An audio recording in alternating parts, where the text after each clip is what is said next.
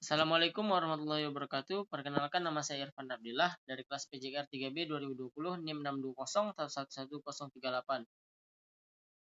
Di sini saya ingin mempresentasikan tentang pendidikan kesehatan di jenjang SD atau sekolah dasar. Adapun pendahuluannya adalah secara umum pendidikan kesehatan dapat diartikan sebagai suatu upaya yang diberikan berupa bimbingan peserta didik tentang kesehatan yang meliputi seluruh aspek pribadi. Pendidikan kesehatan bagi peserta didik di tingkat SD sendiri diarahkan untuk membina agar memiliki sikap dan perilaku hidup bersih, sehat, bugar, dan berdisiplin. Di samping itu juga pendidikan kesehatan bertujuan untuk meningkatkan derajat kesehatan peserta didik baik jasmani maupun rohani. Ada 3 materi yang akan saya bahas, yaitu kebersihan dan kesehatan diri sendiri, kebersihan lingkungan, dan makan yang sehat. Yang pertama adalah kebersihan dan kesehatan diri sendiri. Yang pertama yaitu memelihara kebersihan mulut dan gigi. Kegunaan mulut termasuk lidah, bibir, dan gigi antara lain untuk mengunyah makanan, berbicara, memberi keindahan sebagai alat pengencap, dan lain sebagainya. Gerakan penyingkatan gigi bisa dikombinasikan dengan gerakan ke atas dan ke bawah dan gerakan maju mundur. Penyingkatan dilakukan ke semua permukaan gigi dan setelah itu dilakukan kumur-kumur dengan air yang bersih. Yang kedua adalah kebersihan dan kesehatan kulit. Fungsi kulit begitu penting bagi kesehatan seseorang, maka itu kebersihan kulit harus selalu dijaga dan dipelihara, yaitu dengan cara mandi yang baik. Dan cara mandi yang baik dan benar adalah seluruh badan disiram dengan air yang digunakan untuk mandi, kemudian diberi sabun, kemudian disiram lagi dengan air yang bersih, dan keringkan dengan handuk yang bersih. Yang ketiga adalah memelihara kebersihan kuku. Karena kuku mempunyai tugas dan peran yang dalam kehidupan sehari-hari kita sangat penting. Maka kuku harus selalu dijaga dan dipelihara. Ada cara merawat kuku, yaitu dengan memotong sampai beberapa milimeter dari tempat perlekatan antara kuku dan kulit. Selanjutnya adalah memelihara kebersihan rambut. Rambut berguna untuk melindungi kepala dan memberi keindahan. Karena itu rambut sering juga dianggap sebagai mahkota bagi pemiliknya. Rambut sangat mudah kotor, terutama bagi mereka yang selalu memakai minyak rambut. Maka dari itu, rambut harus dicuci dengan menggunakan pembersih seperti sampo paling sedikit 2 minggu sekali secara teratur atau tergantung kepada kebutuhan dan keadaan. Selanjutnya adalah memelihara kebersihan dan kesehatan mata. Mata sebagai panca indera yang paling fatal yaitu untuk melihat, tentu saja mempunyai tugasnya yang sangat penting.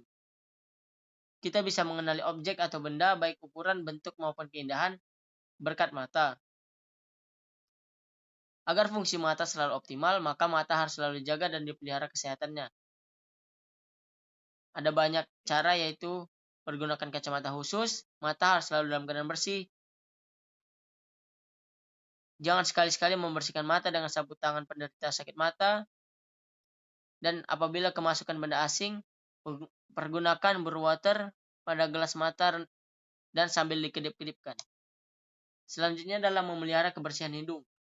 Seperti yang indra lalu, hidung juga mempunyai peranan yang sangat penting, yaitu sebagai alat pembau, membantu alat perasa, membantu alat penglihatan, sebagai sarana keluar masuknya udara pernafasan dan memberi daya tarik bagi pemiliknya. Kemudian telinga. Telinga berguna antara lain untuk mendengar dan sebagai alat keseimbangan, membantu alat penglihatan dan memberi keindahan. Agar fungsinya tetap optimal, maka telinga harus selalu dibersihkan secara teratur. Memelihara pakaian yang bersih. Pakaian berguna antara lain untuk melindungi kulit dari kotoran luar seperti debu, lumpur, dan sebagainya. Pemeliharaan pakaian. Pakaian hendaknya diganti setelah selesai mandi atau bila kotor atau bila basah, baik kena air maupun kena keringat. Kalau tidak bisa langsung dicuci, pakaian yang basah jangan ditumpuk. Sebaiknya baju digantung untuk mencegah tumbuhnya jamur. Kemudian pakaian harus dibedakan antara lain pakaian rumah, pakaian sekolah, pakaian tidur, pakaian pesta, dan lain sebagainya. Materi selanjutnya adalah kebersihan lingkungan. Memelihara kebersihan lingkungan di rumah adalah tanggung jawab seluruh anggota keluarga. Apabila seluruh anggota keluarga telah memiliki kesadaran yang tinggi, tentu akan lebih mudah dalam memelihara lingkungan rumah yang bersih.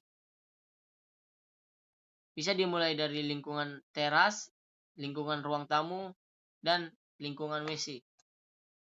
Memelihara kebersihan di lingkungan sekolah. Pemeliharaan kebersihan dan kesehatan di lingkungan sekolah adalah tanggung jawab guru, murid, serta petugas kebun sekolah.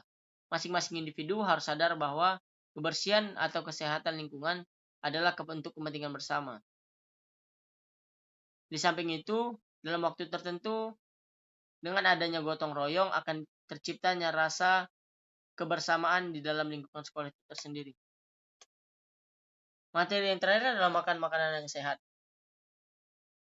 Makanan sehari-hari hendaknya dengan cara yang benar, artinya cukup, tidak terlalu kenyang dan juga tidak terlalu lapar, agar kita tetap sehat. Makan makanan yang mencukupi untuk zat gizi yang diperlukan oleh tubuh.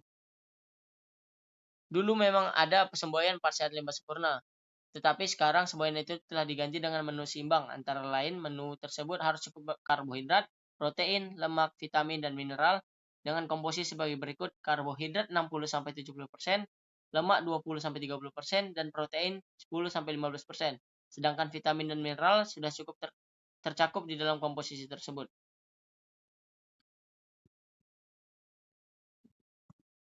Makan makanan tersebut juga harus dibiasakan dengan kebiasaan seperti mencuci tangan, menggunakan tangan kanan, dan lain sebagainya.